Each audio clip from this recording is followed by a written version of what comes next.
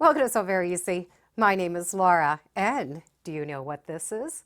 If you know what this is, chances are you have a vintage machine and you know how important this little piece is to our vintage machines. Now, of course, we can always make something that looks sort of like this, or we can make something to replace this that's definitely a lot prettier. This tiny little red piece is to fit over top of our spool pins on our vintage machines. Very simply, goes right there. That is designed so that we do not scratch the surface of our machines, and it also helps our thread from spinning out of control. The traditional style of thread, the machine would pull this thread out and that spool would turn. Now, of course, we can get something that we're able to use the new spools so that the thread comes off and the spools do not turn. But it is nice to have this little cover handy so whenever we need it, we do have one. So you can buy little replacements or you can make your own. And if we're going to make it, let's make it super cute and tiny. So this is a pattern from the Featherweight shop, and it is this mini Dresden spool pin plate.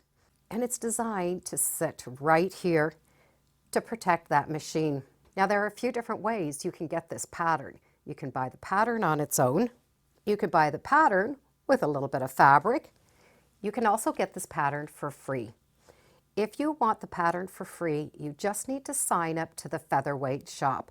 When you sign up, you're going to get an email that gives you a lot of free things that you can download and print.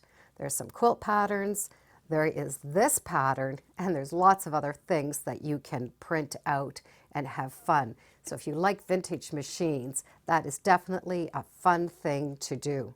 Now you can buy it on their site, but if you just sign up, you get it for free. So let's make this little mini Dresden spool pin plate. And it would go good in any machine just to have some fun. The pattern is written so that you are able to use a featherweight machine, but of course you can use any machine. The first thing we want to do is make that little center circle. We need to have that center with a little hole in it. Now, a lot of these vintage machines did come with a little attachment to make eyelets and buttonholes. So if you do have that attachment, you're going to be able to follow along or even get a video to show you how to do that. To do that, we are going to start with our circle of fabric. We're going to get a little piece of fusible interfacing, fuse those two together, and then just find a center mark so that we can do that little eyelet. So this is what a little eyelet stitch looks like. From there, I'm going to do a row of stitching all the way around that little circle. And I'm going to be able to do that on my featherweight, and I'm going to be able to do a basting stitch. This is going to give me my stitch lengths. And if I move that all the way to the bottom, that's going to give me some large stitches so I can do a basting stitch. Once I've done that row of basting, I'm going to put in this little shape, and that's going to help me get that circle that I want. I can gather those threads and it's going to gather around that little disc. That gives me a nice, perfect little round shape. I can take out that little piece of cardboard, and that pressing has kept it in shape for me. Now we're going to take all of these tiny little pieces and turn them into the Dresden plate. Take that little shape, fold it in half so that the right sides are touching. We're going to stitch a 1/4 inch. And we're going to be able to chain piece one right after another.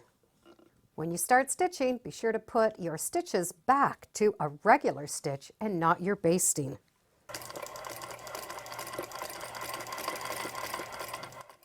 I've done the 1 I'm just going to fold right here at the machine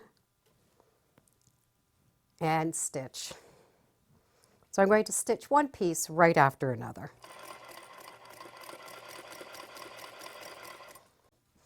Chain piecing definitely is a lot of fun. Now I can separate each of these little petals, and I'm going to turn those so that they're right side out. I like to open up that seam and just put my thumb right there at that point, and then just pull that back so that little seam is flat inside, and we're able to get a nice little point. Poke that little point out and press. We need to do that to all of these. Once all of those little points are done, we're going to start sewing them together. And very simply, we're going to match right sides together, match up that point. I'm going to stitch a 1/4 inch down on one side. Do a little back stitch, go right down, and finish off. The most important part of matching up is this top little corner. When we open it up, we're going to press all the seams to one side. This area is going to be covered. So it's nice if we can have our little points, well, nice and pointy. So I'm just going to continue to match up, stitch all of these little pieces together. All those little pieces are together. Now I can join off that last 2 pieces. Take those little seams and press them so they're going all in the same direction. When they're all pressed, it really is a cute little Dresden plate. And it's only about 3 inches. That center is going to be able to go on. Now the directions have us top stitch the center down and just do a row of top stitch all the way around that Dresden plate. We do not need to put a lining on it. It is light enough, it's just for a spool of thread. And when it's a little bit light, it's going to be able to take the shape of your machine. However, I love the look of a back onto these little Dresden plates. And I also love to do some hand sewing. So I'm going to hand stitch this circle onto the little Dresden plate. And then I'm going to just hand stitch all the way around the outside. It's not a big project. It'll be nice just to sit down and have some fun doing that little stitching. But if you choose just to do that machine stitching, it's just as pretty. That hand stitching looks so cute around that little Dresden plate. And it does give the back a nice look. Once it's all trimmed out, I just need to poke out that little hole. So now instead of having that little red disc, I have a really cute little miniature quilt that is so cute. And with a spool of thread on top, it's just as cute.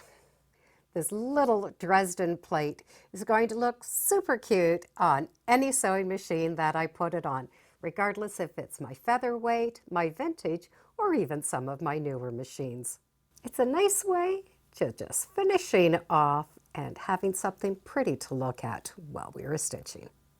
These little Dresden plates I think would be fun to make a little miniature quilt with too. Thank you for joining me today on Sew Very Easy. Feel free to subscribe. I'm on Facebook, Instagram, and I do have a newsletter. It's all free under Sew Very Easy. And be sure to make every day a Sewtacular day.